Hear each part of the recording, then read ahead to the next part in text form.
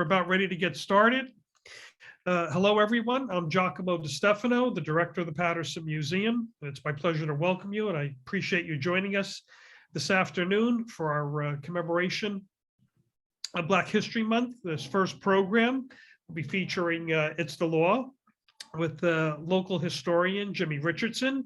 Actually, I've had the pleasure of working with Jimmy Richardson for well part of 30 years.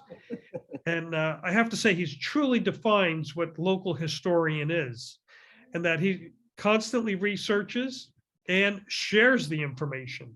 He's put on numerous exhibitions at the museum, the library, and a few other places, as well as worked on getting historic designations for several of the churches in Paterson. And, you know, I got to say, in the end, he does it all on his own. And, you know, thank God for people like Jimmy. I also need to thank our museum foundation. The Paterson Museum Foundation is the one that's sponsoring our Zoom account that makes this available. And also, more importantly, these Zoom meetings and lectures, just like our temporary exhibits, will no longer be lost, since you'll be able to either find them on our website for our past exhibitions that we normally work so hard on. Then when they're gone, everyone's like, oh, I missed that show. Well, now you'll never miss it because they're going to be saved on the internet. And our YouTube page will also, the Paterson Museum YouTube channel will have all of these. So I might as well just turn it on over to you, Jimmy. Good afternoon, Jack. And I also like to thank Jack, and I'd like to thank Heather and the foundation for giving me this opportunity to do this Zoom presentation for Black History Month. The project is called It's the Law. And I decided to do this project because there are a number of resolutions, ordinances, proclamations that have been moved along in the city of Paterson that a lot of people don't know the real history behind those resolutions, ordinances, or proclamations. And so that's what this project is really all about.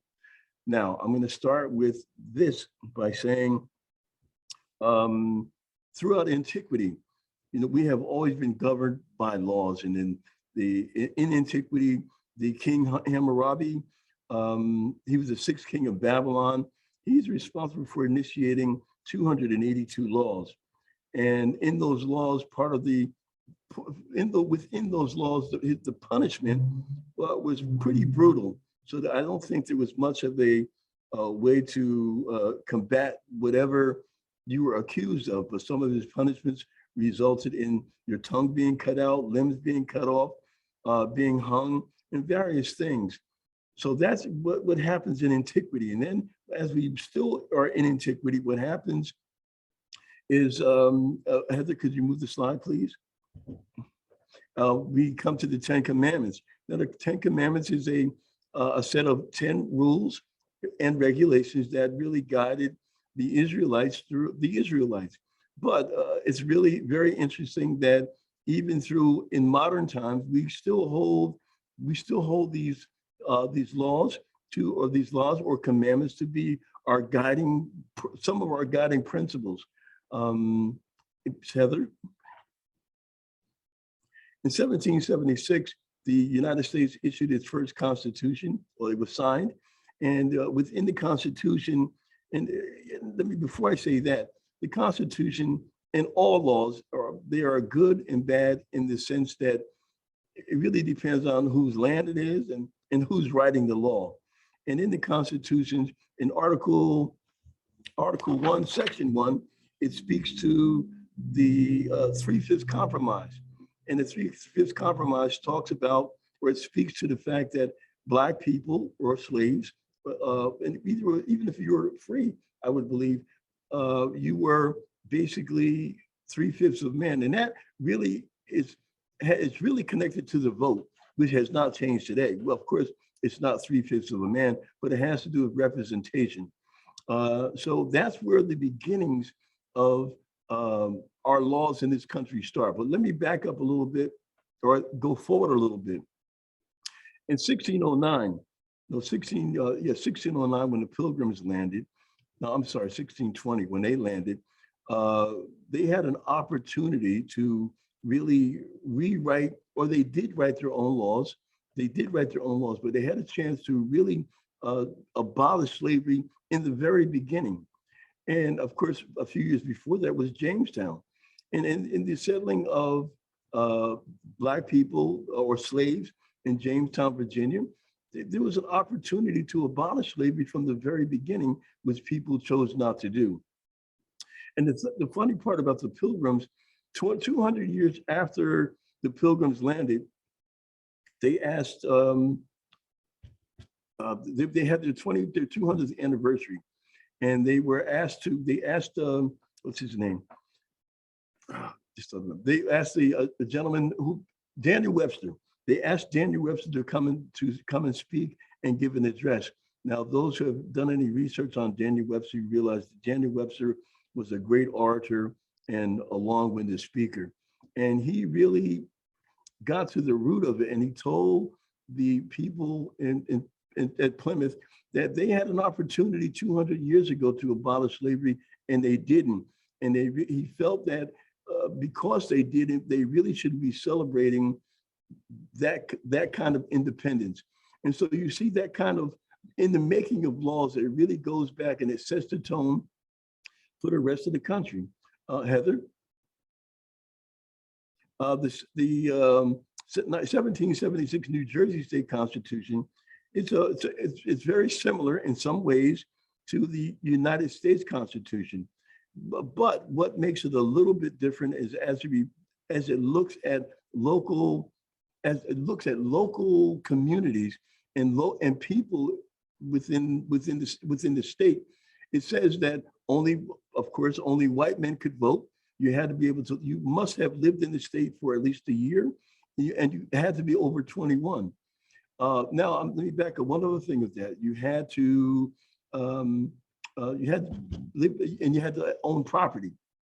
And so by the time the 1844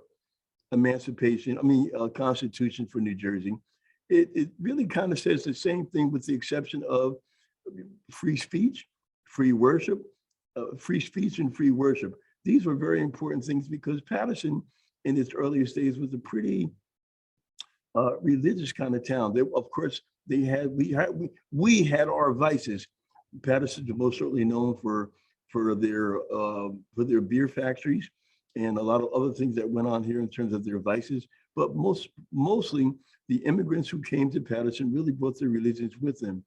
By the turn of the 19th century or the 20th century, there were over 200 different churches in Paterson with about maybe 30 different denominations. That says a lot for a city that had less than 100,000 people. That's a lot. It's a lot of churches, but equally they had a lot of bars. The other thing about bars or breweries, the other thing about New Jersey and the laws that they provided, that the state provided in 1844 is, again, freedom of worship, freedom of speech, and that really, and freedom of assembly. And that really plays a very important part in the African-American community. Heather?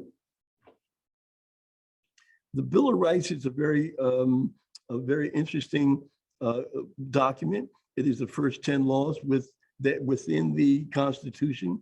And within the Bill of Rights, those first 10 amendments are very important. But what happens is as it relates to African Americans, it was actually, Heather, it was actually the 13th, the 14th, and 15th Amendment. Now, I'm going to go back to that. There we go, 13th, 14th, and 15th Amendment. And of course, in the 13th Amendment, it was in 1865, but it really speaks to the abolition of slavery because it happens after the emancipation. The 14th Amendment really gives honor, not honor, but it speaks to the fact that all men are equal, are equal. And with that being said, being equal, the 14th Amendment really has a clause in it that really gives African Americans or Black people the right to sue their former masters. And it was a lot of things that protected Black people under, and it was called equal protection under the law. The 15th Amendment is most certainly a very interesting and very important amendment because in 1870, we were granted the right to vote. When I say we, I'm talking about African Americans. The first African American in this country after the 15th Amendment was passed was Thomas Peter Mundy. He lived in Perth Amboy. So Perth Amboy is very famous for a number of reasons, that being one of them. For those who may not know, Perth Amboy was once the capital of New Jersey before Trenton became the capital. It was also a port of call for the import of slavery. So for that to happen in Perth Amboy, for the first African American or a Black person to vote is very important. Heather? Okay, here we go. In 1804, the New Jersey legislature passed the 1804 gradual emancipation. And by the way, there are two emancipations that are exactly the same: the New Jersey gradual emancipation and the Brazilian gradual emancipation.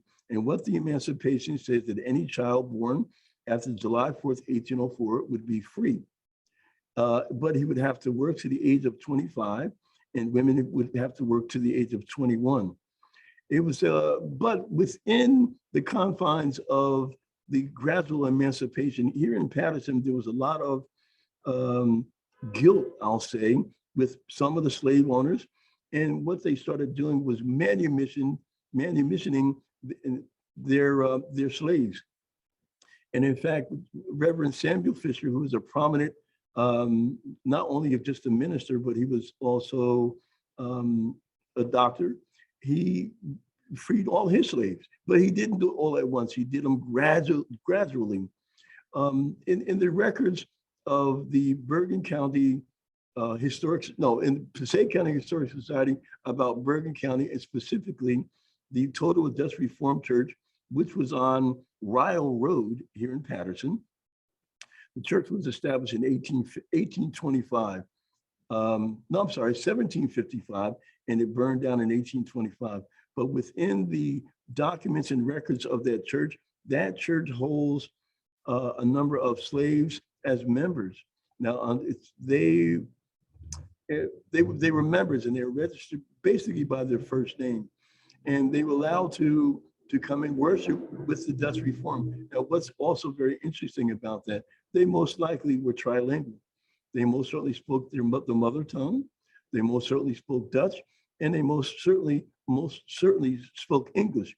So African Americans, I should say, Black people in the 18th and the 19th century were, even as they were being situated in the city of Paterson, were becoming very skilled, not only in language, but they were becoming skilled in the kind of work that they did, even on the farm, even within slavery. Heather? The Emancipation Proclamation, and this is a very interesting story. The Emancipation Proclamation actually begins in July of 1862, is when the Emancipation was first read, but it really doesn't come into play. The signing of it takes place on September 22nd of 1862. And part of the reason why it takes place then is because President Abraham Lincoln wanted to wait for a major victory from the Union Army. And that major victory that encouraged him to sign the preliminary emancipation was the Battle of Antietam. Now, why that's important or interesting to the residents of Paterson, because one of Paterson's native sons, Captain Hugh Irish, died on September 17th of 1862 at Antietam. So, and I think that's important to us as Patersonians. What happens is January 1st, so he signs the emancipation on September 22nd of 1862, and it wouldn't come into effect until January 1st of 1863. Now, there's a tradition that still is being practiced. Heather, as someone at the door, that is still being practiced in this city that is still being practiced in most African-American churches in the country. And it is called Watch Night. Now, watch night is a service of anticipation.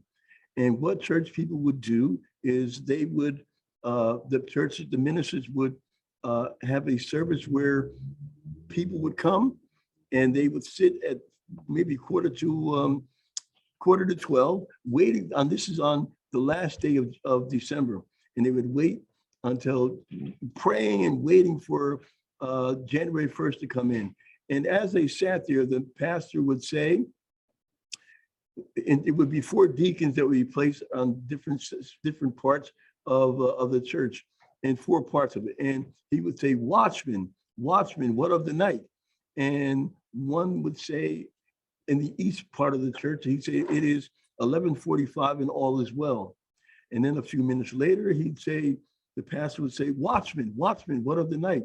And in the west side of the church, he would say, it is 11:50 and all is well. And he'd do those things all the way up until 12 o'clock. And at 12 o'clock, he would say, watchmen, watchmen, what of the night? And they would say, it is 12 o'clock and all is well. At that particular moment, after all the slaves in the United States of America were free. It's very interesting also, it's a very interesting story about a young man who was actually born in South Carolina. And when the emancipation was on September 22nd, after it was signed, he actually enlisted in the Army. But he wasn't called up until 30 days after the emancipation. And to make a long story short about him, he comes to Paterson after he does his tour of duty, and he died here, and he's buried at Laurel Grove. Heather? Now, 2.5 years after the emancipation was signed, a letter was issued to General Gordon Granger in Texas, in Galveston, Texas. And it's called General Order Number 3. And it is actually the companion document to the emancipation. And what it says is that and of course, if you get it up, it's in front of you, you can read it. From that day forth, June 19th of 1865, from that day forth, all slaves being held in captivity are free as of June 19th. Ladies and gentlemen, that is the beginning of the African-American Independence Day, which we call Juneteenth. But it's not that Juneteenth is celebrated just in the United States. It is celebrated in a number of other countries that were slave-holding states. So it is more of an international Independence Day. It's a very interesting story about that document. Not many people know about it, and it is really beginning to come to light. And again, I think it's a wonderful thing because it is the beginning, so you understand why and how how Juneteenth and our 4th of July, and that's better, I shouldn't say 4th of July, how our Independence Day comes about. Heather? Here we are, Juneteenth. Juneteenth in Paterson really begins in about 2000, begins in I think year 2000. And it begins because of a young man, Thomas Crawford, who was a deacon at the Calvary Baptist Church, along with a number of other members, including Assemblywoman Elise Evans. And they really formed the basis of Juneteenth in the city of Paterson. And it has been carried on ever since. And it's not called Juneteenth Day. We have a parade. There's a parade which is called the Heritage Parade. That Heritage Parade is a wonderful thing because it gives the African-American community a chance to not only demonstrate their freedom, but to participate in it. We start off with a ceremony at the Underground Railroad. From the Underground Railroad, we meet at the Masonic Temple, on Martin Luther King Way. And our first line is our dignitaries and our Grand Marshal and the dignitaries. The second line is the community that hosts all the bands, all the churches, and a lot of other institutions that want to take part in our Heritage Parade. And it has become something that we are extremely proud of here in the city. Heather? Heather? Okay. In 1941, let me preface it by going back a little bit. In 1917, at the beginning of World War I, the United States of America, again, we enter into World War I, and with the entry of the United States into that, immigration was frozen. With that immigration being frozen, what happens is because a lot of the working people or working men that in the manufacturing towns and cities and states in this country, they all go to war. And what happens in the South, it is called the push-pull factor. And what happens is there were agents that would go south and to enlist Black folks to move north. That is the pull factor. The push factor is the fact that they were really tired of the Jim Crow, the segregation that took place within the boundaries of where they lived in the South. Now, that is really, they speak of it as that big 1910 being the beginning of migration, the African migration. But I strongly feel that the World War I was really the catapult that moved a lot of African Americans north. And within that movement, even after you got here and even after they solicited you to come, the workforce, it still wasn't available to a lot of African Americans. And if it was very menial work. So in 1941, President Franklin Roosevelt issues an executive order, another law that presidents have the ability to issue to make the country submit to whatever he's trying to do. He issues an executive order called Executive 8802. It is the Fair Employment Practices. Why that's very important in Paterson? Because Paterson is the first planned industrial city. Now, and I know for a fact because my father grew up in that era in 1941, but I also have talked to and interviewed a number of Patersonians who were part of, who benefited from Executive Order 8802. We see a lot of African Americans working at Continental Can. We see African Americans, and you remember these jobs may not have been available then. They're working for the Wright Aeronautic. They were also working for General Electric. They were working for Watson Flag. A lot of business, and that's now the part of that makes it more legislative is the fact that these companies and organizations, I'm going to say forced. They were forced to hire African Americans because they were given government contracts. And if it's a government contract, you can't discriminate against Black people or anybody or any other race because of race, creed, or color. And that's why the Fair Employment Practice Defense Law becomes so important, because it helps to grow the city and it helps to maintain a level of prosperity for the town. It helps prosperity for the community. And it also helps with the defense of the nation. Heather? The next executive order comes from Harry Truman.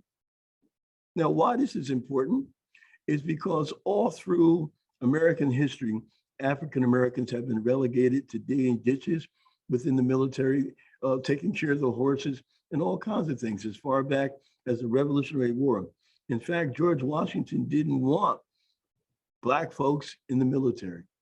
And it had a lot to do with, they thought with African American, well, I'm saying Black, they thought, he felt, and people around him felt, if Black people had the ability to carry arms, he felt that they would form And this is a Civil War term, but it fits this situation.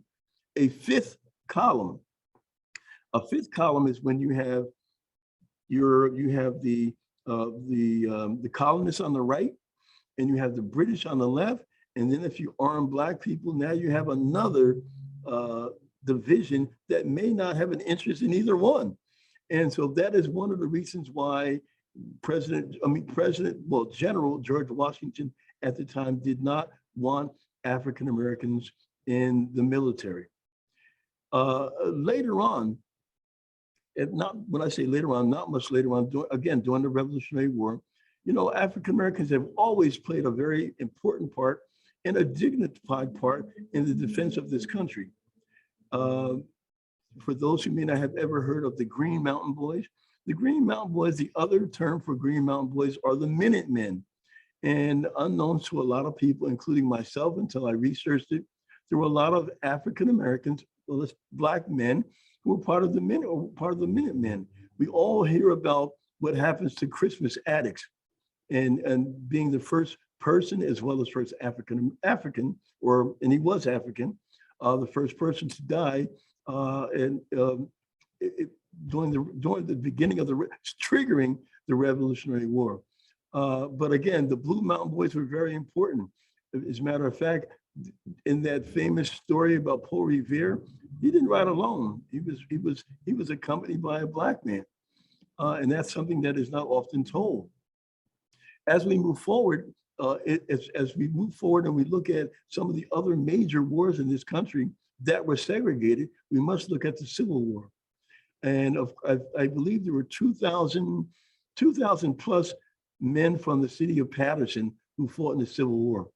And guess what? There were 17 of them were African American. But I'm going to tell you something that just came into my view not long ago. We all have heard of or seen the movie Glory, where Denzel Washington plays a soldier in the Civil War in the 54th Massachusetts Cavalry. Now, in doing my research, I found that there was a young man named Francis Myers from Paterson, New Jersey, who fought in the 54th. I think that's astounding. People from Paterson are all over the place, but it has not always been documented, or the documents are kind of hard to find. And I think I mentioned there are 17 African Americans from the city of Paterson that fought in the Civil War. They are buried in 3 cemeteries: Laurel Grove, Holy Sepulchre, and Cedar Lawn. Heather? Oh, I'm sorry. Don't move. Don't go back. Go back. Now, why this executive order 9981? Why it's important to the African American community also is because it desegregates the military. Now, I'll start by saying the only branch of the military that was not segregated was the Navy. And we can trace that back all the way to pre-Civil War. And it has a lot to do with everybody who was on the ship. You were on your own. You had to be a man who was able to take care of yourself and do your part. If you didn't do your part, you were useless on a boat. There's one of the first, and I'm not talking about John Holland submarine. They were called ironclads. One of 7 ironclads which were built in Brooklyn. One was named the USS Passaic, and on that ship, or on that ironclad, there are a number of African Americans who served.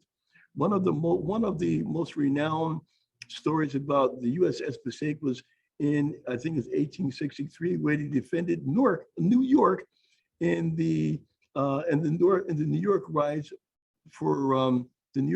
for the enlistment of men to join the Civil War. And I forgot what it's called, but it's a special name for that riot. Now, as we move further into the segregation of the military, of course, we know that the Civil War, in World War I, the United States produced a number of African American units that went to Europe.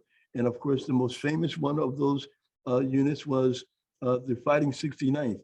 And there was also, they had a major band, and they played as well as fought all over Europe. As a matter of fact, Dolores Van Rensselaer is a name that you may have heard, or you will become familiar with by the time this presentation is over.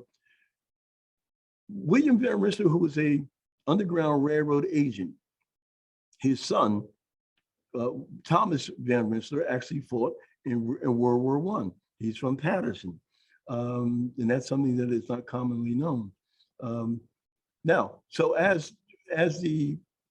while the fighting 69th were fighting in Europe, you know, it's all segregated. But again, Executive Order 9981 desegregates the military. And all before that, it's a shame to say this, but there were all kinds of segregated companies within the military. As a matter of fact, there was a group called the Triple Nickels. The Triple Nickels was an exclusive African-American paratrooper group.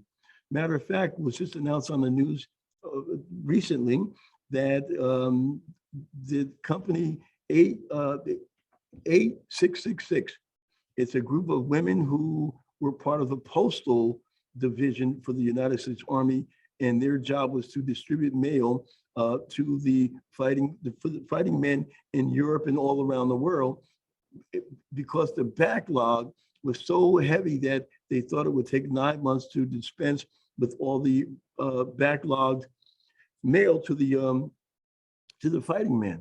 And they're about to receive a Congressional Medal of Honor to that group of women. It was all African-American women's company. And I believe there are, as we speak, there are 8 women who are still living, who are part of that company. So as we move on with that order, we see the Tuskegee Airmen, and we see the history of that being born. And that's a very important part of the American lexicon in terms of the military, is because it gave African Americans an opportunity to show what they could really do in the air. And most certainly they were groundbreakers for the United States Air Force. And because of that order, that executive order, we have a lot of things happening. We have Ed Dwight. Ed Dwight is from, well, he lives in Colorado now. And so to give you a little background here on him, Ed Dwight is the architect who sculpted the Huntoon Van Rensselaer Underground Railroad site here in Paterson. Ed Dwight, before he became an architect or a sculptor, he is the first African-American astronaut candidate. It's a long story why he got out of it, but it has to do with segregation. Not just segregation, but just being passed over as an African-American. So even within the space race, African-Americans are making strides. And I am just happy that I happen to know this gentleman and had an opportunity to talk to him about his history and about NASA, early NASA. Heather? Now, in 2019, the United States of America celebrated the 400th anniversary of the landing of slaves in America. So we're talking about 1619. And in honor of that 400th anniversary, the National Park Service wanted to do a national bell ringing. And by the way, there have only been 5 national bell ringings in this country. Of course, there are bell ringings all the time, but as far as national bell ringings, there are only 5. First one being when Abraham Lincoln was assassinated. The second being at April 9th in Antietam at the end of the Civil War. Third being when President John F. Kennedy was assassinated. The fifth being the announcement of Martin Luther King's birthday as a national holiday. And of course, the 1619 Project. I was fortunate enough to be the host at the Paterson Great Falls to host this national bell ring in honor of, or in favor of, Paterson, New Jersey. And in doing so, the bell that you see in this picture, I asked about it, and I thought it would be a great idea if this bell would be moved from the Great Falls to Paterson's Pontoon Van Rensselaer Underground Railroad site. And through the generosity of the National Park Service and through the generosity of Paterson's Historic Preservation Commission, it was donated or was gifted to the Underground Railroad site. And to this day, it is the only Freedom Bell on the Underground Railroad and on the Underground Railroad site in the state of New Jersey. Now, next slide.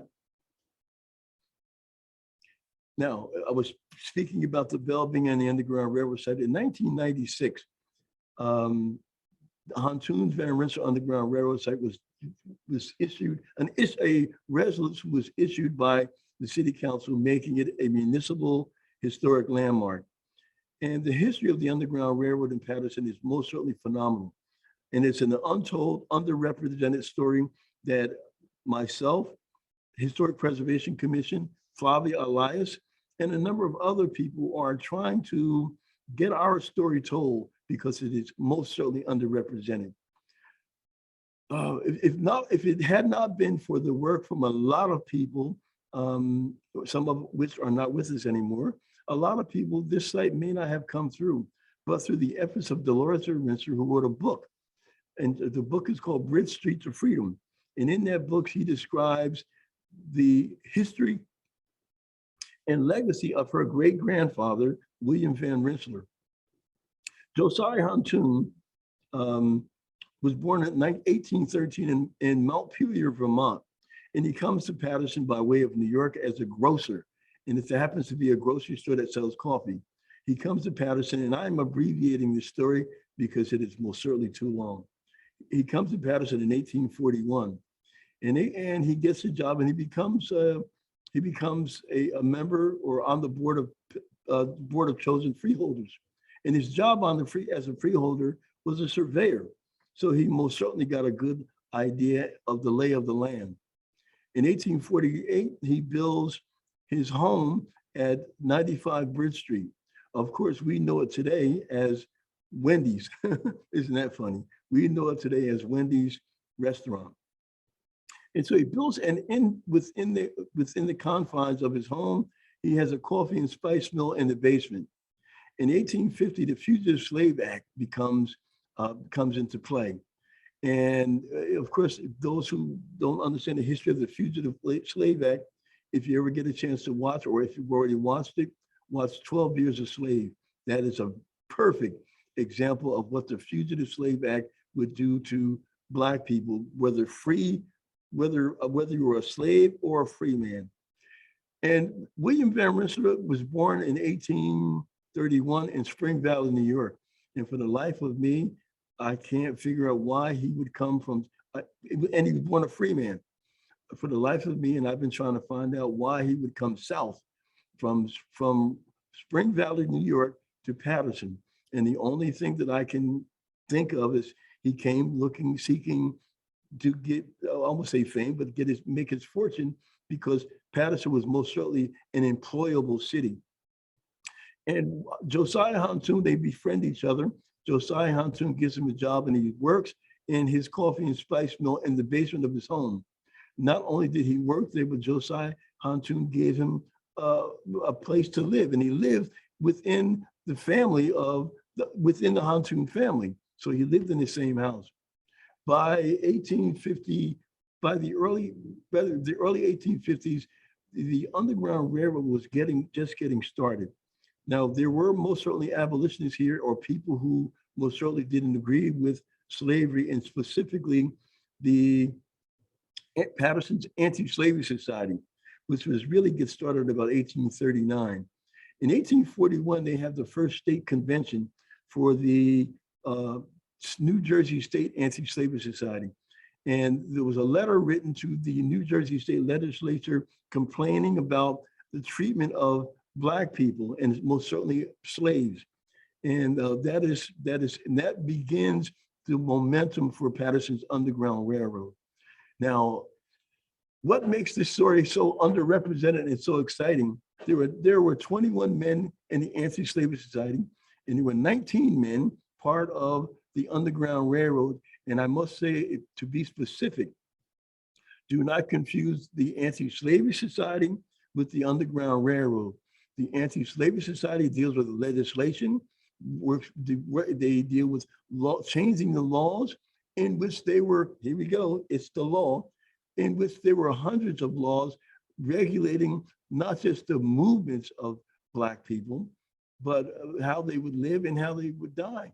Matter of fact, in terms of laws, there were 5 whipping posts in the city of Paterson. And of course, it was a spectacle. You know, they would let school out to watch watch Black men being whipped.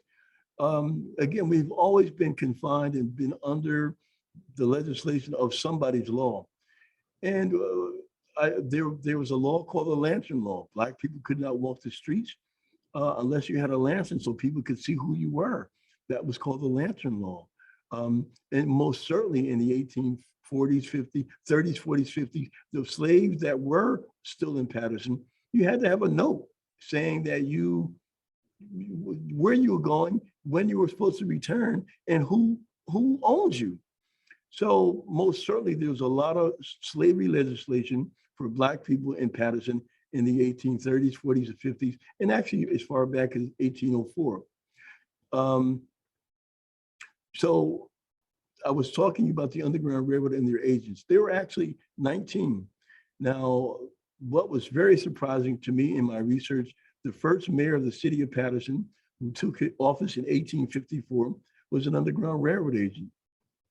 What makes Paterson so very interesting in terms of the Underground Railroad is it's not only the ability for the wealthy industrialists to hide them and help them, but Paterson's geographic location.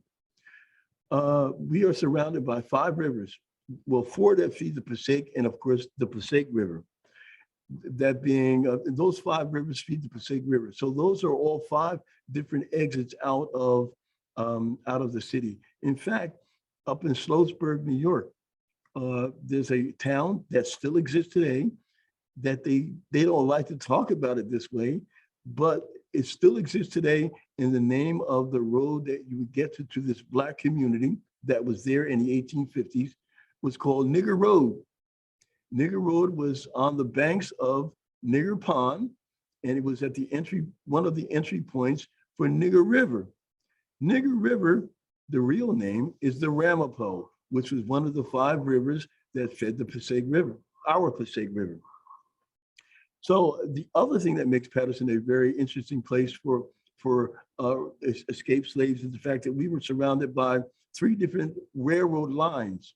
You had the Erie line, which, matter of fact, the Erie line is the same line that comes out of Jersey City, that in 1859, Frederick Douglass takes that line right through Paterson. No, he catches the train in Paterson, fleeing the slave catchers who thought he was with John Brown at Harper's Ferry. He comes to Paterson and he's escorted by a woman named Otilio Assing. Otilio Assing and Frederick Douglass had a very interesting relationship. He spent a lot of time with her. She was white, she was German, I believe, and she was a professional piano player, and she taught music, and she was a teacher. So Frederick Douglass, he catches the train in Paterson, and the first stop is, he's on his way home to Rochester, New York, and the first stop is in Suffern. Suffern is also a very interesting place as it relates to Underground Railroad traffic. The second line was the Susquehanna, and the Susquehanna was most certainly frequented by Underground Railroad, by escaped slaves. The other thing that makes Paterson a very interesting place to, I won't say interesting, that maybe it's a wrong word, but a place where slavery was prevalent and a way to get out is Old York Road. Old York Road is now it turned to Broadway. And of course, in 1996, it turned to Martin Luther King Way. But Old York Road started at the foot of Broadway, Martin Luther King Way, and it went straight through to New Barbados. For those who don't know where New Barbados is the town of Garfield and Wellington. And that is the way that you would get to New York, or it's the same road that you would take to get to Newark. And of course, why you would get to Newark? Well, Newark was most certainly an Underground Railroad stop and station also. The old First Presbyterian Church was an Underground Railroad station, and is right on Broad Street in Newark. I had an opportunity in 2019 to take a group of young people from Paterson to that church to see the tunnels in that church. And after we saw the tunnels, we went to watch the movie Harriet.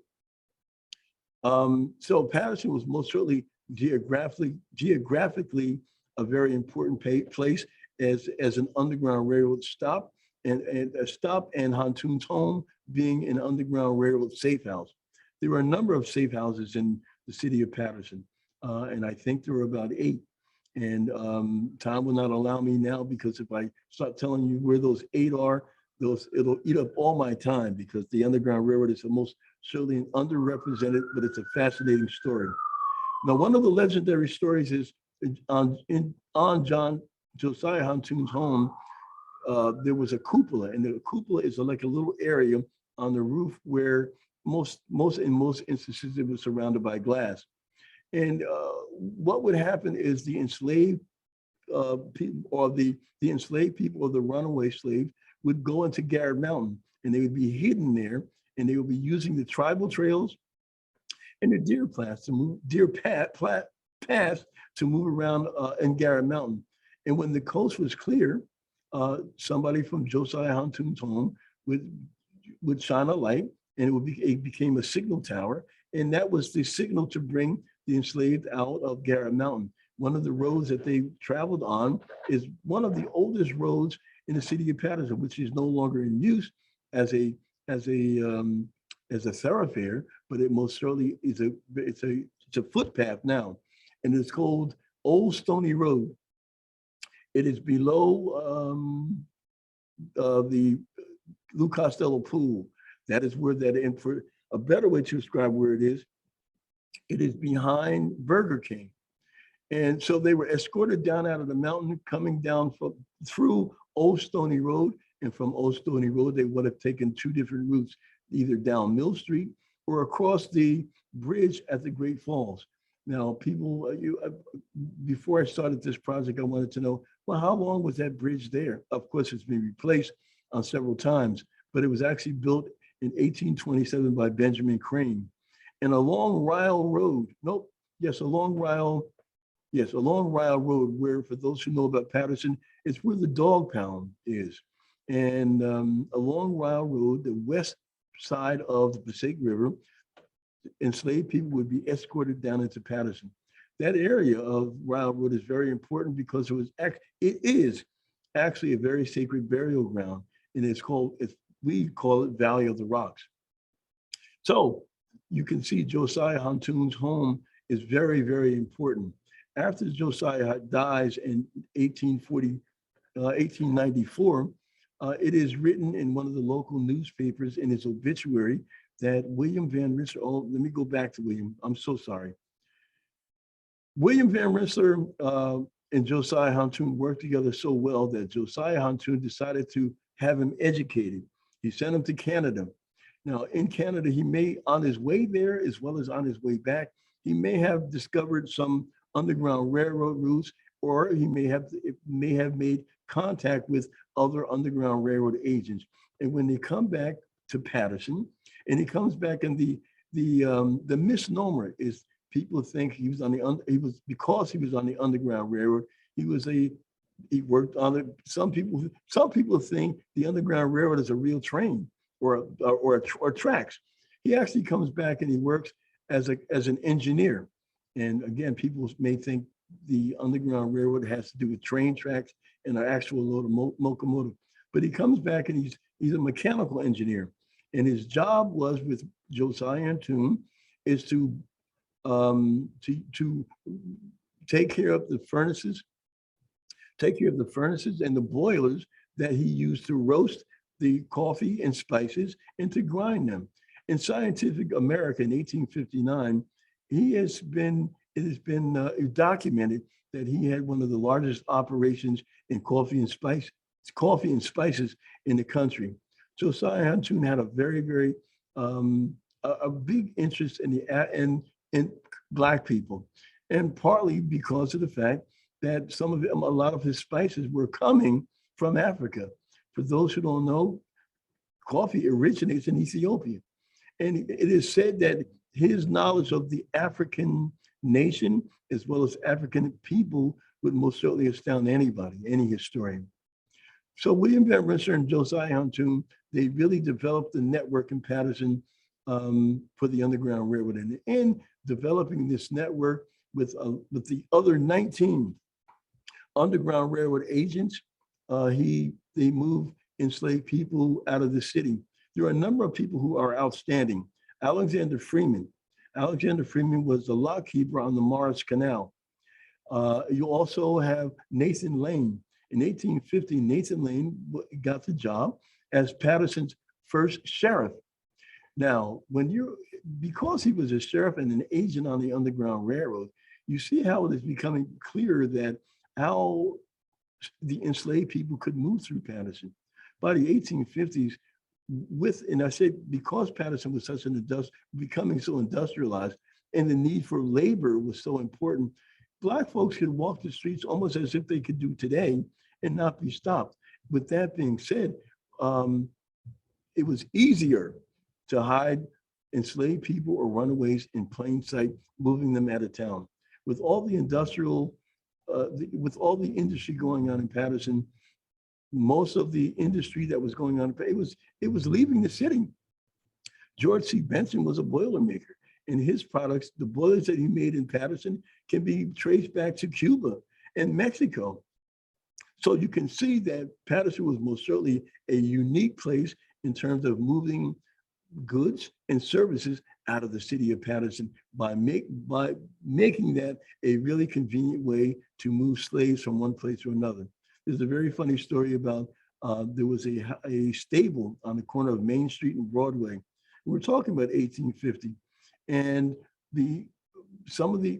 next door to the stable was William Langwith's Oyster Bar and Hotel, which also is an Underground Railroad safe house. And they would put together a string of horses. And of course, a string of horses, anywhere from 10 or 15 horses, in order to maintain them, the upkeep of them, there were always Black folks who went along to take for the care of the horses.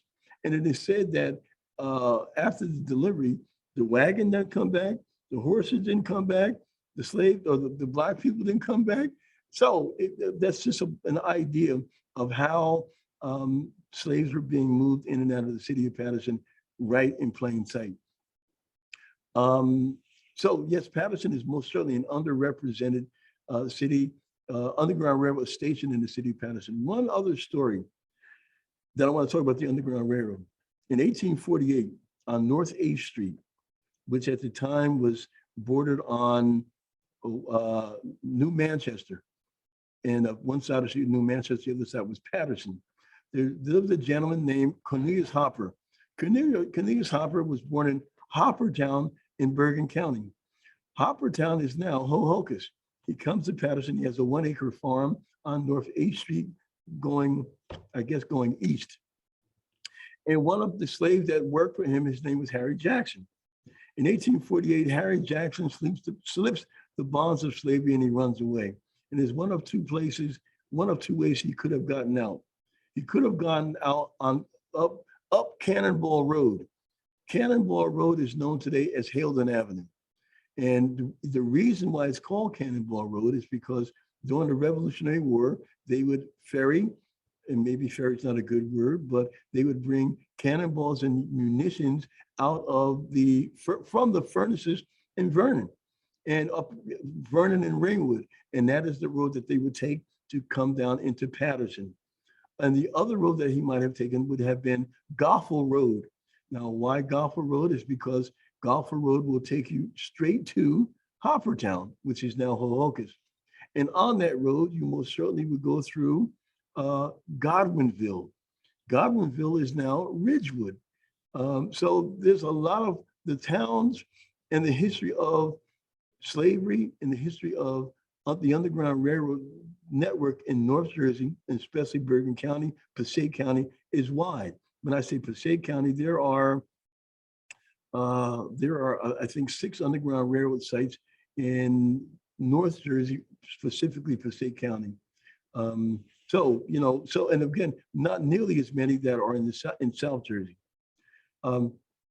So Harry Jackson, what makes this story so phenomenal? He is the only slave that we have a record of that we can trace from the year he escaped to the day he dies.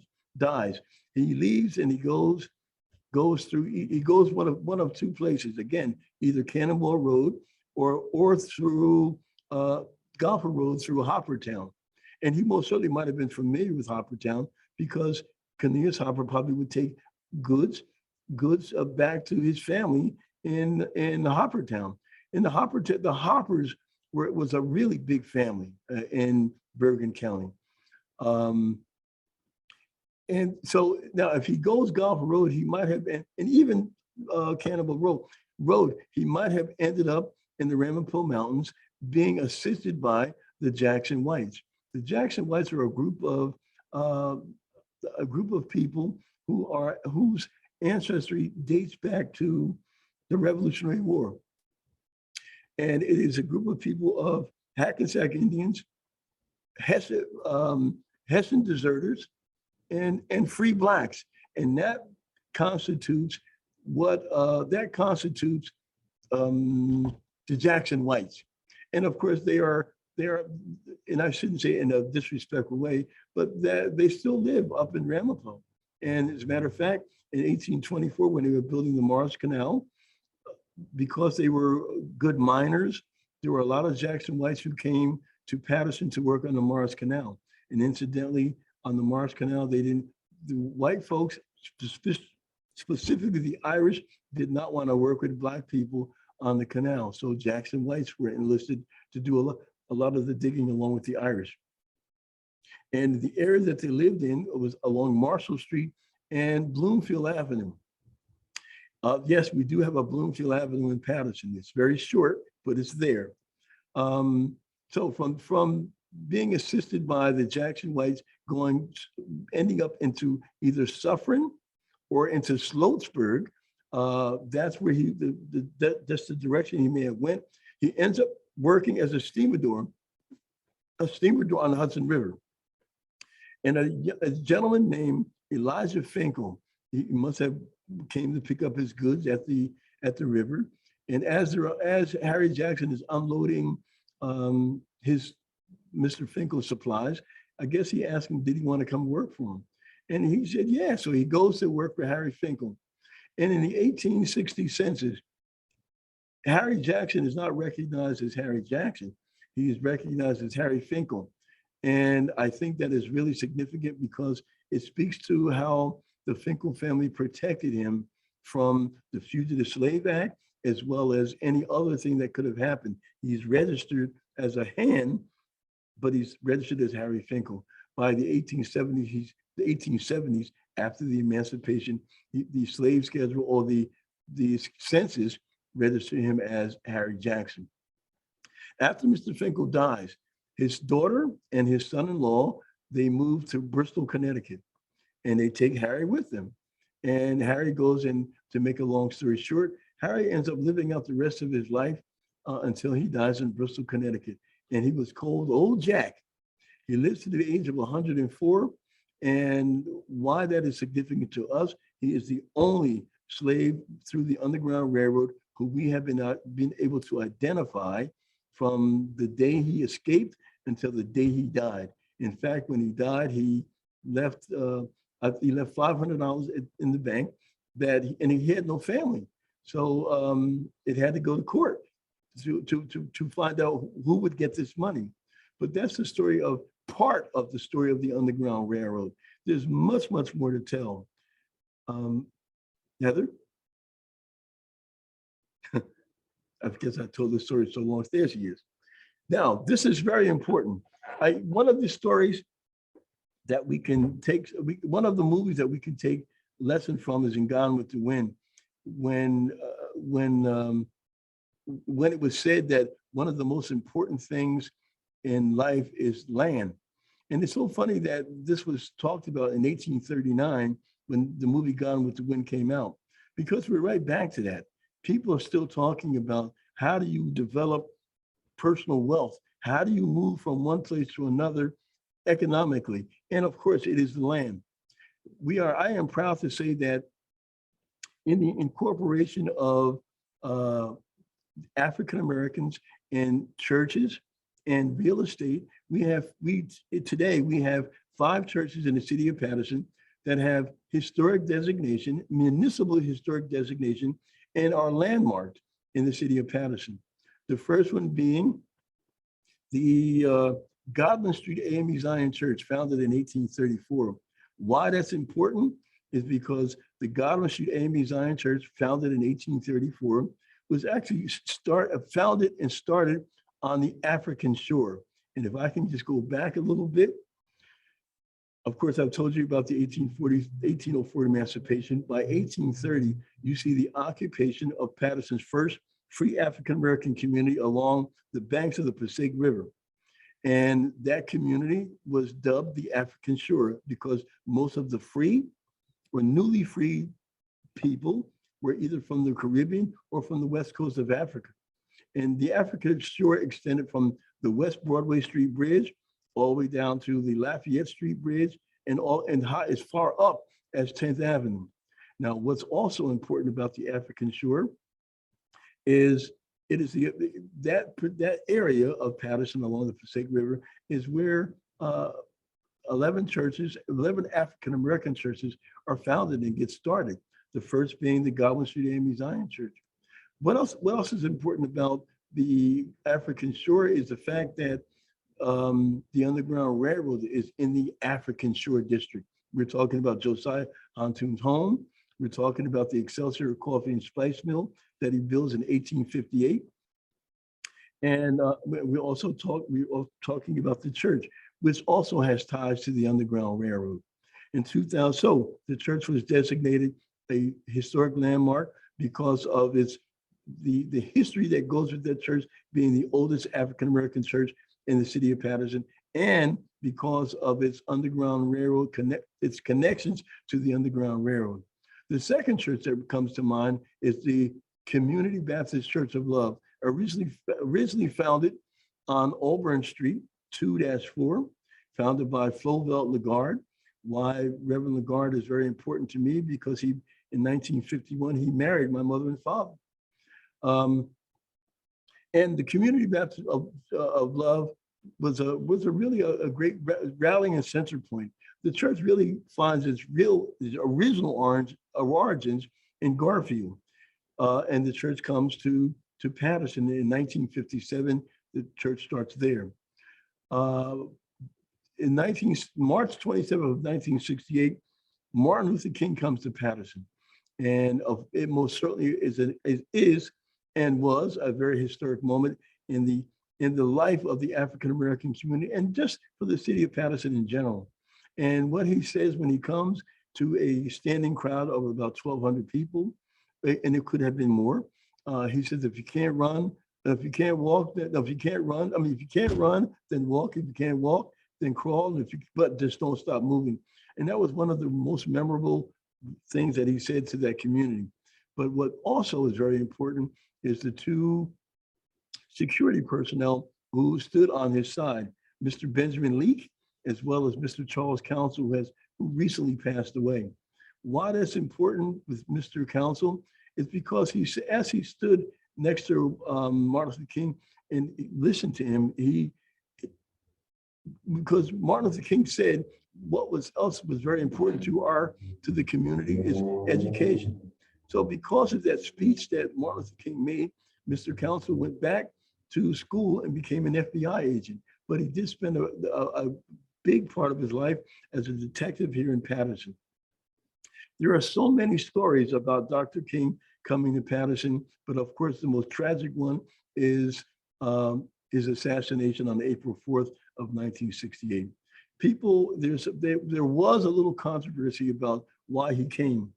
It's often said that he came because of the racial tension in the city of Paterson, but that's not the only reason. He actually came to raise money, and it was a tri-county excursion. He goes to Newark, New Jersey first. He visited a number of sites. From Newark, he goes to Jersey City to an AME Zion church. I can't think of the name right now. To an AME Zion church, and from there he comes to Paterson in the evening. And the reason why he's making these trips is because he's trying to raise money for the second March on Washington, which would have taken place on April 22nd. And of course, by April 4th, he had already left us. So in 2010,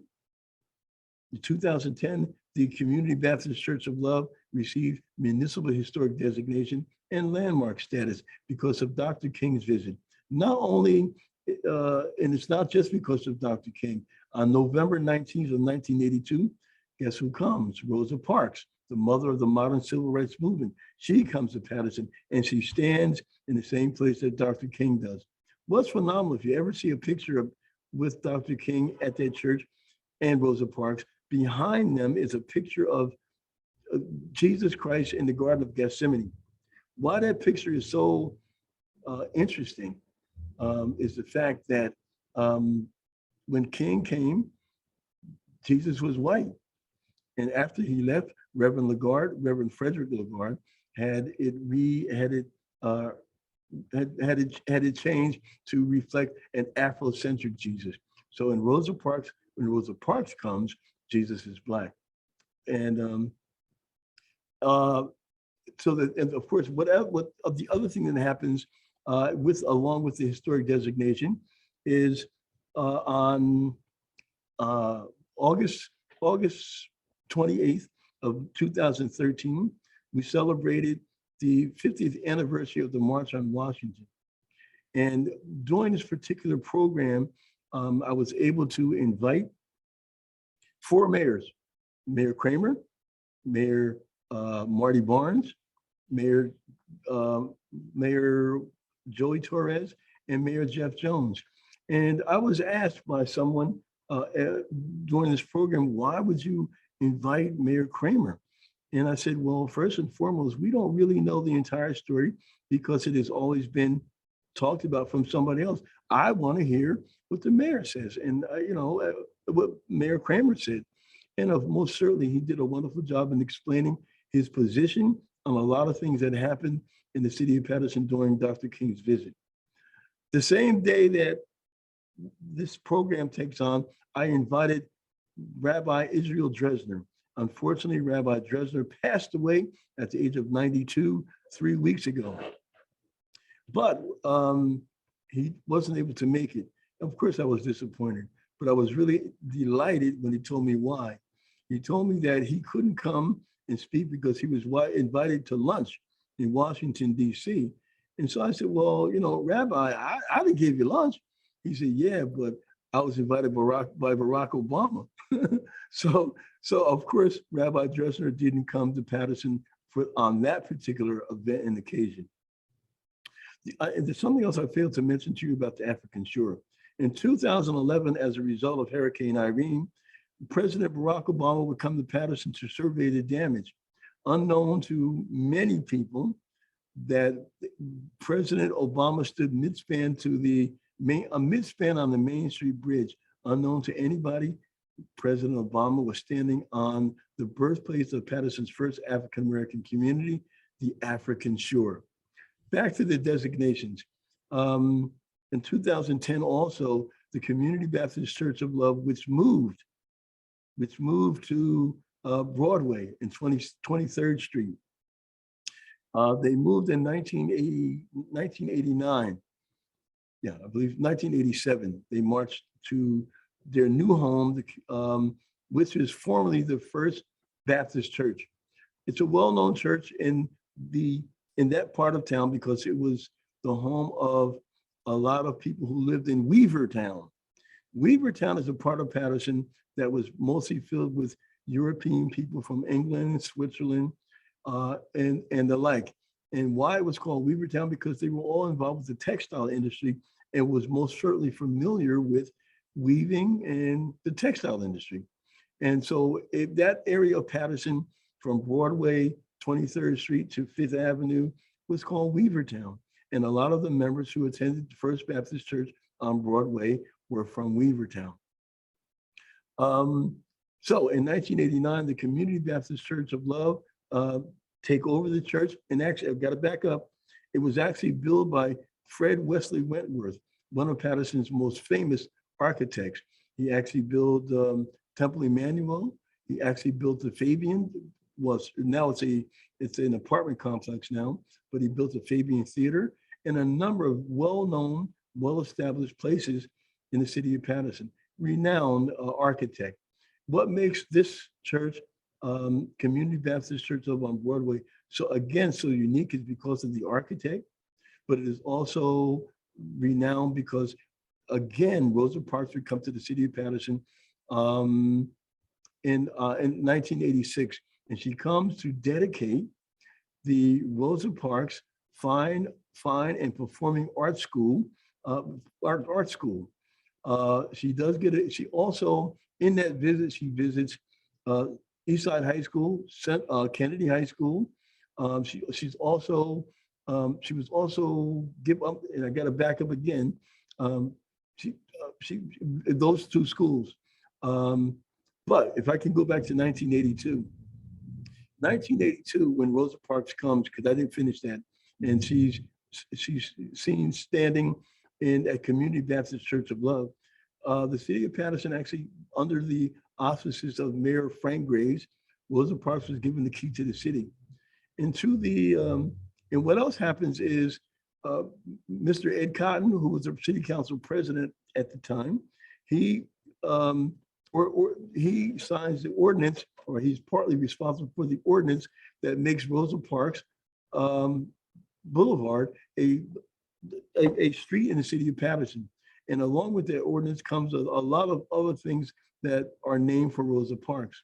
And what is wonderful about Rosa Parks' visit and her legacy on this year alone. So not only did Ed Cotton in 1986 give her a ordinance and a proclamation, and she received the key to the city. On December 1st of 2021, there was a proclamation issued by the city of Paterson making December 1st Rosa Parks Day. Now, December 1st is the day that she refused to give her first seat on the bus in Alabama. And what makes it even more unique, it was introduced by City Councilwoman Ruby Cotton. It is actually a twofold process because this year, matter of fact, today is February 5th. On February 4th is Rosa Parks' birthday. And on February 4th of this year, 2022, Ruby Cotton she introduced another resolution making December 1st an annual day for Rosa Parks in historic perspective in honor of her legacy. So even though Rosa Parks has left us some time ago, the Cotton family is most certainly doing a great job to continue her legacy within the city of Paterson and most certainly within the Board of Education. I'm going to move on to my next slide. Oh, no, I'm sorry. I'm going to stay here for a moment. We also have the New Christian Tabernacle. New Christian Tabernacle is a very interesting building. As you see it in your top left-hand corner, it was called the Emory Church. And the history of this church really comes with during the turn of the 17th century in the city of Paterson. The Essex Phoenix Mills was used as a church by the early Methodists and they had the circuit preachers. Preachers would ride around the country, ride around the state or the county, and they would hold their service. They had no one minister, and those services would take place. Some of those services at the Essex Phoenix Mills. So a few years later on, you have the establishment and the building of the Market Street Methodist Church. And of course, there are no remnants of it anymore because it burned down in the 1902 fire, but it would have been in the middle of the block, across the street from the Broadway Tower. I'm calling it that because I'm not sure what the name is anymore. The Broadway Tower on Market Street. In 1902, as that church grew, the congregation grew so big that the church started a mission church on Beach Street. And from that mission growing so big, they actually built a church on Madison Avenue and East 18th Street. 18th, not East, but on 18th Street. And it was named the Embry Methodist Church. And it was, again, built in 1903. And of course, it's actually a mission church. But as time went on, the church fell into low attendance, and the church finally merged with the Asbury, the Asbury Methodist Church, which is on 15th Avenue. But if I can go back to New Christian Tabernacle in 2000, a new congregation, the New Christian Tabernacle, moved into that building. They have a very interesting history because it's a church, and the denomination is Pentecostal, but it comes out of the Church of God in Christ, founded by Bishop Mason in, I think, San Francisco. And again, part of how the Church of God in Christ gets started is because he was ostracized by the Baptist ministers in San Francisco. And as the Church of God in Christ grew, it moved eastward.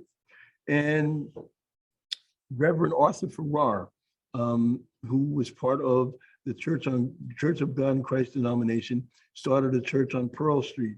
And as his congregation grew, by the year 2000, they moved into the formerly Embry Methodist Church. And speaking of the Embry, it was the largest Methodist church on the east side, on the east side of the city of Paterson.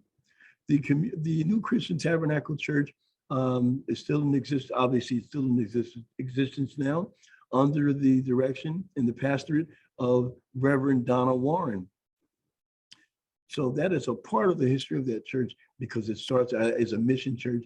And it seems that the two denominations, be it the Embry or be it New Christian Tabernacle, they both live by almost the same kind of mission. They do have a feeding program and a number of other programs, as well as worship service, to feed and help the hungry. The last and final church is the hold on a moment, is the United Methodist Church. It actually finds itself on 27th Street and 15th Avenue in the Cornerstone Ridge, 1973. Now, the church also has a wonderful history. The church is really considered the cathedral of Methodist churches in Paterson. And at the time, there were between 23 and 27 Methodist churches in Paterson. This was a cathedral. If you have not gone to that church, you really should go and look, not just for the architecture, most certainly go for service. But it was originally named the Wesley Methodist Church after John Wesley, the founder of the Methodist organization. Then it was changed to the Asbury for Bishop Asbury, a bishop in the Methodist denomination. And then finally, the Embry and the Asbury congregations came together. And even with that, they were not able to sustain a working congregation, and which is when the United Methodists took ownership of the property in 1973. That church also has received historic designation and is a landmark within the city of Paterson. Next slide.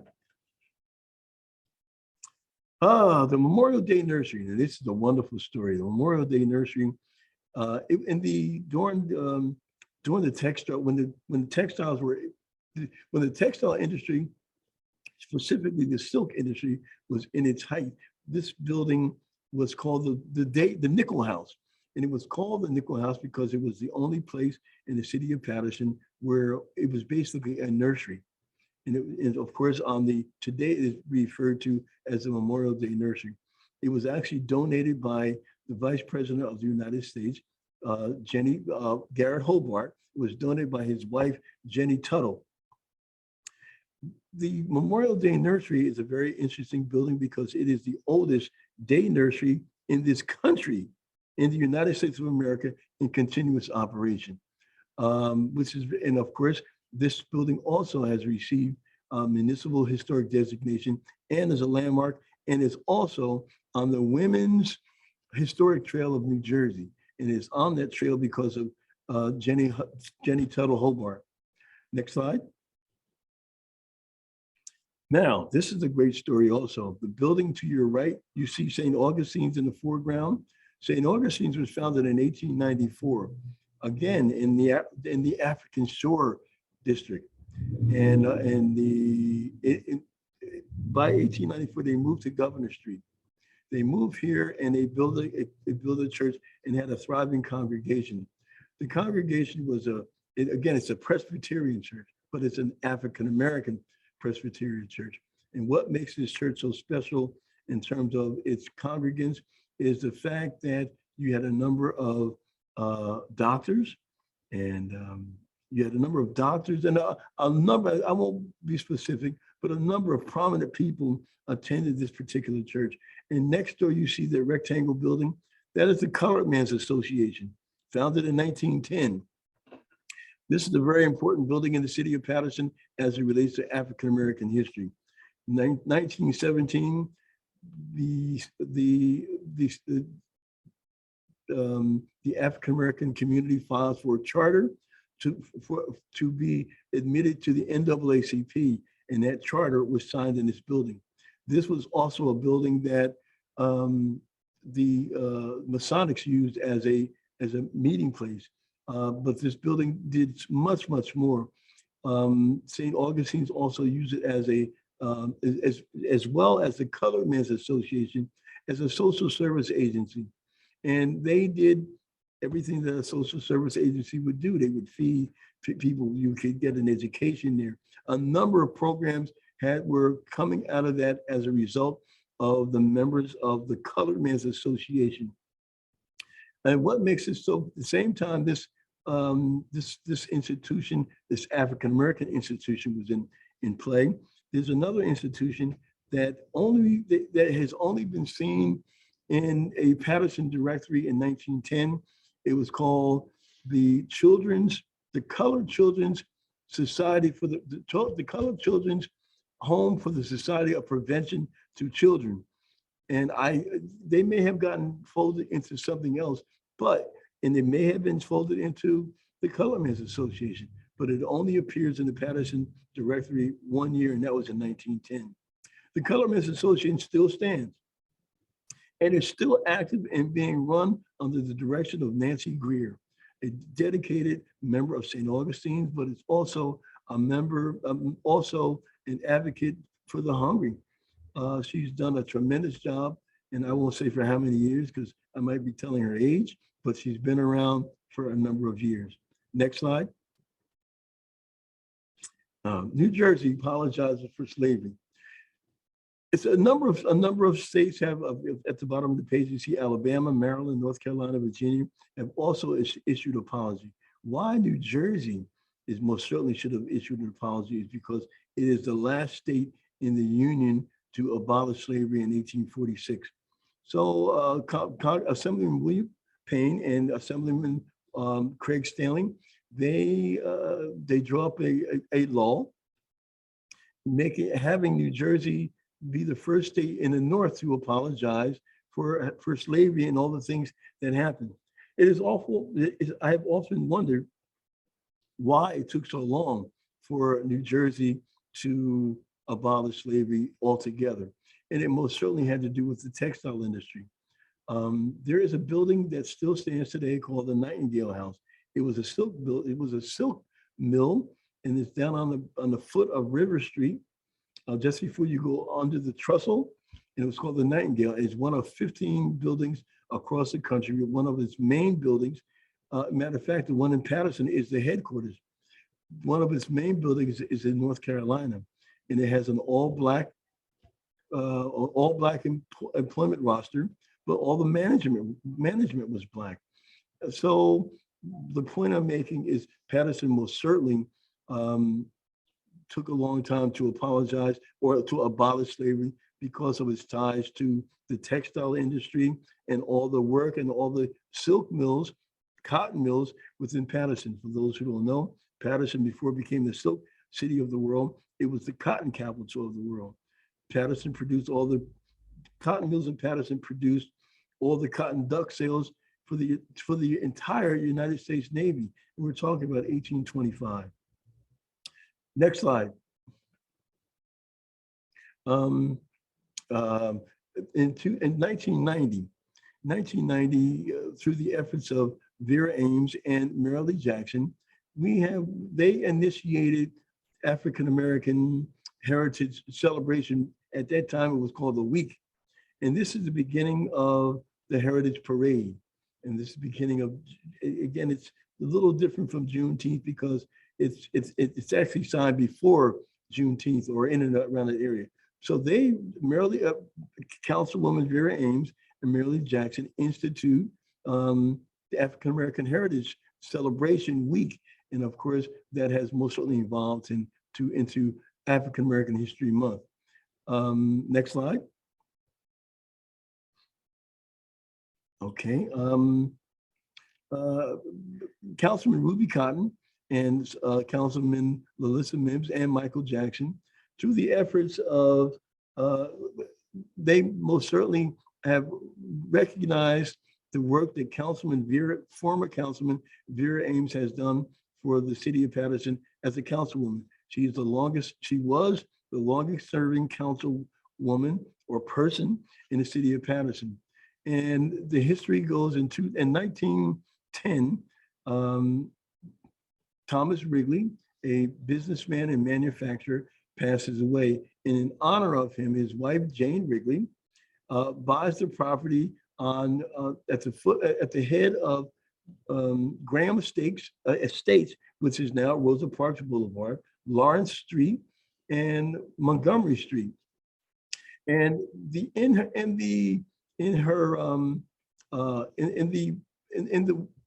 the gift that she gives to the Paterson, she stipulates that she wants a monument built in his honor with a plaque on it. But because now Councilman Vera Ames, lives right across the street, and in living in that area during her term there, Paterson got to be a better place because she was the guardian of that park.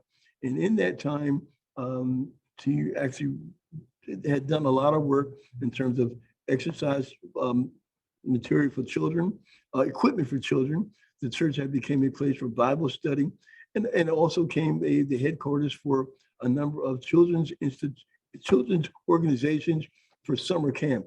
Vera also is credited with taking over 1,000 young people to Disneyland over her 26-year tenure. In honor of Vera, in 2021, through the efforts of and the sponsorship of Councilman Ruby Cotton and Lalissa Mims and Michael Jackson, that park has been renamed the Vera Ames Park. And we hope to do the ribbon cutting sometime in June. And we're all the better for it. I must say this, that it's very interesting that in all the years that that park was there, it was really never really known as as the Wrigley Park. It was always named by the community as the Montgomery Street Park. So it's very interesting when I started trying to work on the designation or getting a resolution for the park name, nobody knew what I was talking about, only to realize, oh, that park. So again, the groundbreaking, a ribbon cutting for that park would be sometime in June. I hope you'll all be able to make it. Next slide. Now, one of Paterson's historic treasures is Hinchcliffe Stadium.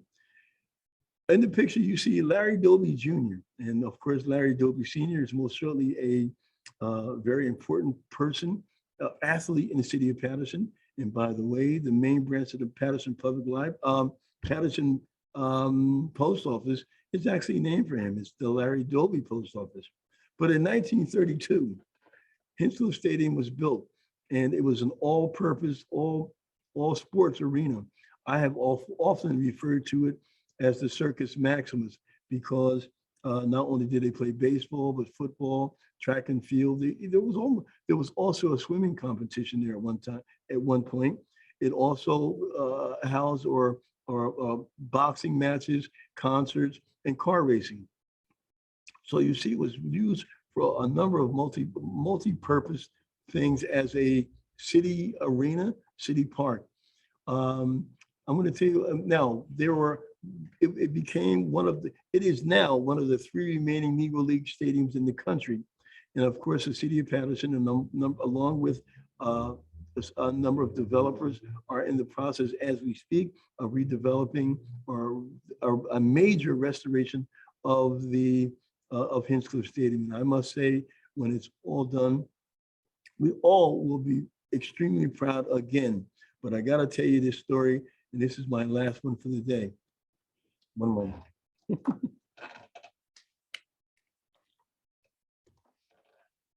1928, a young man named John Ellerby, who was living in Ellerby, South Carolina, very close to the border of North Carolina. He comes to Paterson. He comes on the train at the age of 15. I forgot, I'm not sure about 15, but he comes to Paterson. And when he comes here, I must say this, he's from a big family. His family was so big that on Sundays, and it's a farm, his family was so big that on Sundays, there was so many people, they used to break the family up into two teams, and they would play alongside each other. So in 1932, he comes to Paterson. He acquires a job working for the Civil Conservation Corps, and he helps to build Hinchcliffe Stadium, African American. He helps to build Hinchcliffe Stadium. But in his spare time on the weekends and on weekdays, especially during the summer, he was on a very famous baseball team in the city of Paterson. It was called the Smart Set. Now, this was a really good team. On this team was Larry Doby, who had just come out of high school, Monty Irving, who was on this team, and Larry Doby and Monty Irving are both in the Negro, and not only in the Negro, but in the Baseball Hall of Fame. And of course, Monty Irving is from East Orange, and Larry Doby is from Paterson. And John Ellerby. Now, why John Ellerby is such an interesting character in the story of Hinchcliffe Stadium is because not only does he talk about what baseball was like, and playing the team that he played on, again, Monty Irving, Larry Doby, Benjamin C. Robeson. Benjamin C. Robeson was the pastor of the First AME Zion Church. And if I failed to mention, in 1945, the church changed its name from the Godwin Street AME Zion Church to the First AME Zion Church. And that became, and because of that, becomes the establishment of the New AME Zion. Becomes the establishment of New AME Zion. Now, so Benjamin C. Robeson was the pastor of First AME Zion, but he's also the brother of Paul Robeson. You also have Wendell Williams. Wendell Williams is the first African-American principal in the city of Paterson, and he was the principal for school number 6. George Jiggets, who all those who remember, was a transportation mogul in the city of Paterson. And he was also on the team. And there were a number of other prominent African-Americans who played on the Smart Set. But John Ellerby's story is so interesting that he at the age of 101, he got an opportunity to do a live interview with WBGO radio, FM jazz station in New York, 88.3.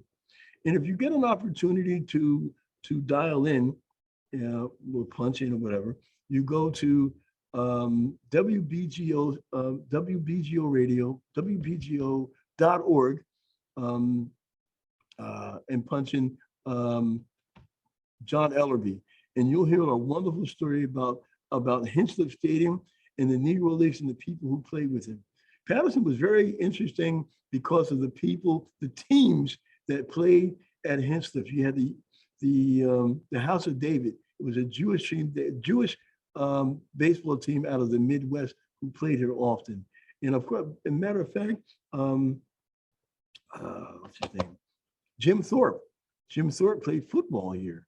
And Ed Cotton got his first start as a referee at Hinsliff Stadium doing a boxing match, which his first job as a referee happened at Hinsliff Stadium. Ladies and gentlemen, Paterson has a multitude of stories that are most certainly historic and interesting. I hope that I have been able to bring some insight to why some of these streets are named, and I didn't even get to that, some of the streets and some of the historic places that celebrate the African-American heritage here in town. I would hope that in the very near future, that you would stop by some of those churches. They would love to have you, and not just to have you stop by, but to enjoy their services. I hope when Hinsliff Stadium is finished, that you will get an opportunity to come back and visit. Thank you so much for joining us. Thank you very much, Jimmy. I think you've illustrated what an extensive knowledge and all the years you've dedicated working towards this. Did you say 45 minutes or an hour? I know. Okay. I had to get that in. No, I think what you also illustrated is that each one of these slides could have been an hour topic in and of itself. So no, I appreciate you being thorough. And actually, I would like to ask if anyone has any questions to type them into the chat, and we can do a little Q&A right now. Additionally, while you may be thinking of a question, I wanted to thank and introduce Heather Garside, our curator. She did all the IT, I guess, for us today. And on February 15th, she'll be leading her own talk for Black History Month on Can't Discriminate Against Negroes, the Minerva Miller story, which is quite informative for one of our earliest would-be civil rights activists in the city of Paterson and the nation, as a matter of fact. That'll be followed in March by Richard Polton going over the architecture of Victorian Paterson. Let's see, any questions? Before we take questions, can I say something? Please. I'd like to acknowledge the presence of City Councilwoman Ruby Cotton. She called me this morning and asked me, she didn't want to do it on the Zoom. She wanted to be in the space. So I am so happy and honored to have her in the presence of this Zoom in this intimate setting that we are in at the Paterson Museum. Thank you, Ruby, for coming. Thank you. I think it's more congratulations. Everyone seems to agree you made an awesome presentation. But thank you very much. And like I say, everyone is nothing but overly positive. But thank you very much. I know that some people might have been saying what Moses said, and he said, "Let my people go." So you know, I just hope that people enjoyed it. And again, there's so much more to talk about in relationship to Paterson, and here's the thing about it. It's not just African-American history. You would be surprised how much of the information crosses over to all nationalities. Paterson is a real special place. It really is. And I'm not saying it because I do my research in Paterson, but the more you do and the more you look at and research it, you find that this is a unique place in and of itself.